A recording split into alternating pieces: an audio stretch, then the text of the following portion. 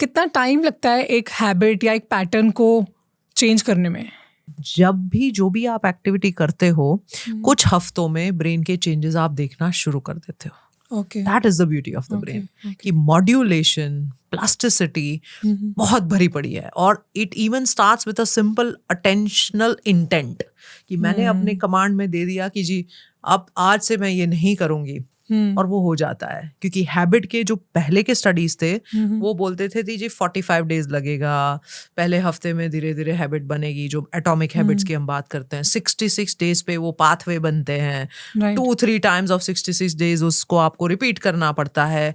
A new study which says that the day you tell your brain this is how you need to function, if it accepts your command that's it, pathway बन गया. उतना fast है. Okay. Okay. Which is very interesting to me because that means anybody who really truly wants to change can change in moments.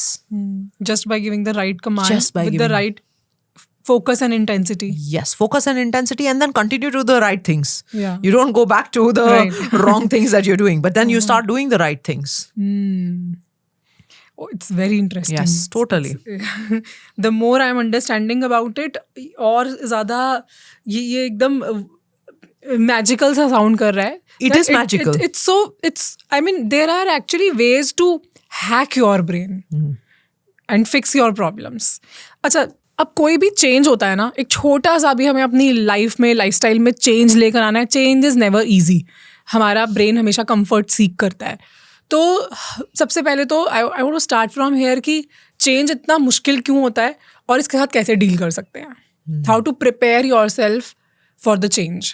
अगर change बड़ा आसान होता तो ये एक भी पॉडकास्ट की जरूरत नहीं होती थी. Right. Then everybody would have had a change, and Exactly. because that the real reason is because the circuits of the brain are pretty rigid.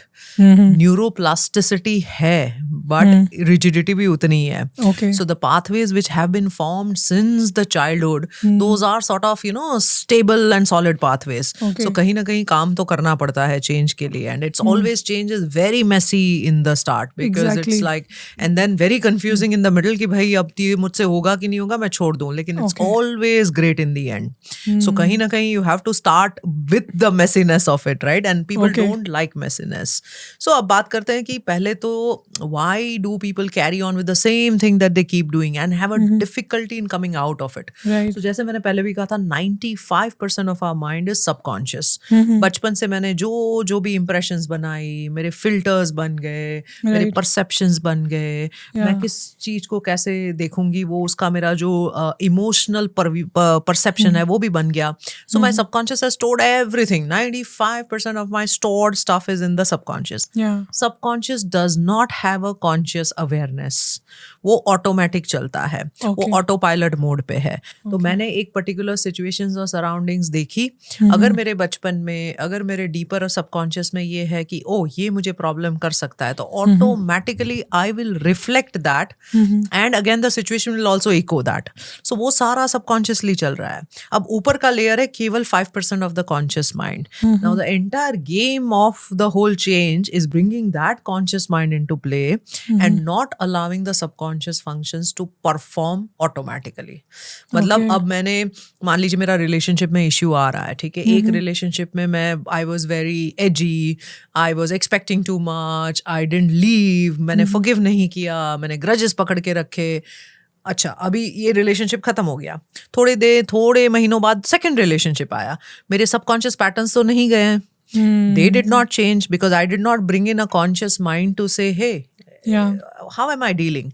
What is happening with me? तो self analysis नहीं किया मैंने. Second relationship में भी same हुआ. Initially थोड़ा time अच्छा चला, फिर से वही my expectation started to come in, grudges आ गए, I couldn't leave the person. और life goes from one drama to the other drama to the other drama. All that drama is only in that subconscious. The moment your conscious kicks in, that 5%, it will evaluate the emotions rationally. It will evaluate perceptions also rationally. It will have all the judgmental power of it कि भाई क्या गलत है, क्या सही है, what is the actual reality of it, and in a detached fashion, not into that attached fashion. तो ये 5% को active करना, that is the purpose of this entire meditation exercises or whatever you take, you know. जो भी हम effort की बात कर रहे हैं वो बस उस 5% of conscious mind के लिए कर रहे हैं, जिसको हमें consciously aware करना है, जागृतता लानी है. वो अवचेतन मन है, ये चेतन मन है. This is where your entire this lies, you know, your success, your breaking of the barriers, breaking of the patterns, everything. Right. I completely agree with what you said. In fact, ये मैंने बहुत notice करा है. Somebody who's unhappy in one job always remain unhappy no matter कितना मर्जी switch कर ले. उसको अगर environment, culture, boss बुरा लगता है तो उसको वो हर जगह कुछ ना कुछ problem लगती ही है. And somebody who knows how to be happy remains happy, stays happy. Absolutely. और same goes with relationships. जिसकी नहीं बनती उसकी मैक्सिमम लोगों के साथ नहीं बनती और जिसकी बनती है सबके साथ बनती है. बिल्कुल. So वो एक पैटर्न है, कंडीशनिंग है ब्रेन की, किस तरह से वो वायर्ड है बेसिकली. बिल्कुल. That subconscious is nothing but the wiring. It is all about my perceptions and conditioning from the very, very, very long childhood. So कहीं ना कहीं we have to now learn to hack that 5%. कहीं ना कहीं that is where, you know, all your meditation, and we call it a very simple process called movers. और ये movers में brain health भी मिल जाता है.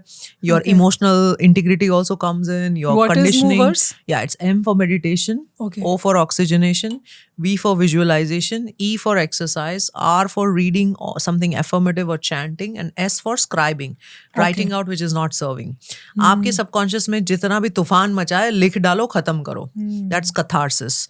Start with meditation where you bring in the conscious mind into awareness. अब देखो जैसे ही meditation करने बैठते हैं ना, सबसे पहला टू डू टास्क, ओह ये हिलने का इश्यू हो गया. पहले अभी तक आपको बॉडी को कोई इच नहीं हो रहा था, लेकिन आप जैसे ही मेडिटेशन में गए, it started, because the subconscious does not want to get out of the comfort zone. वो रिपेल हमेशा रहेगा, हमेशा करेगा, बिकॉज उसको उसी पैटर्न में, कंफर्ट में, उसी तरीके से जीना है, because it has already conditions which it has kept. Now when you're overruling those conditions, it will rebel, it will revolt. So it will say अरे मुझे ये नहीं करना है, मुझे वो नहीं करना है, मुझे ऐसा नहीं करना. और 4 दिनों के बाद तो वो आपको बहुत प्रेशर करेगा to give it up. The people who will not give it up slowly now will let loose the subconscious and then build the conscious. और इसीलिए मैं काफी time, you know, when hypnosis and all is basically getting things from your subconscious. तो कभी मुझे लगता है कि before your hypnotic therapy, you have to prepare the conscious mind. वो लेने की तो क्षमता हो उसके पास. So hypnosis is no magic, you know, you are just getting your subconscious patterns and now rearranging them and fixing them in the conscious. लेकिन meditation, breath practices, visualisation जो theta access की प्रैक्टिस है, 5 और 6 के 6 wave को आपको अच्छे से संभाल के रखना, ये सब करते जाना पड़ेगा. That will be our job. And you said S is for scribing, writing, which is journaling, red journaling. How does that help? मतलब मैं बहुत सुनती हूँ journaling के बारे में. Journal your thoughts, especially when you are overthinking about something. Journal it, write it down. So how does that actually help? So there are 2 journals. One is called one is called the green journal and one is called the red journal. Wow. Red journal is write everything what is not serving you. Okay. तो रात में आ जाओ, literally लाल colour का मेरा उसका cover है कि हाँ ठीक है, मुझे ये नहीं पसंद था, वो नहीं पसंद, इसने ऐसा करा वैसा करा, that's it. Now you don't go ahead and check out vomiting में आपको क्या क्या आया. Vomiting is a vomiting. So you don't need to read the red journal. एक बार हो गया, काम खत्म, finish. बाहर निकाल दिया at least आपने उसको. आपने सिस्टम से बाहर निकाल दिया. You just catharsis in the psychological terminology, it's called catharsis and out. Then comes green journal, which is what you were telling कि हाँ मुझे ऐसा करना है, this is my potential, and with the feeling. That is most important thing, because जहाँ पे आपने body की feeling associate नहीं करी, केमिकल नहीं बने, सर्किट्स चेंज नहीं होगी, ब्रेन में कोई चेंजेस नहीं आएंगे, रियलिटी नहीं बदलेगी. Thank you so much for watching this clip. This clip was a part of a full podcast जिसमें हमने और भी बहुत सी इंसाइटफुल बातें की हैं, and I am sure that you are going to love it. अगर आप पूरा एपिसोड एंजॉय करना चाहते हैं तो उसका लिंक डिस्क्रिप्शन में है.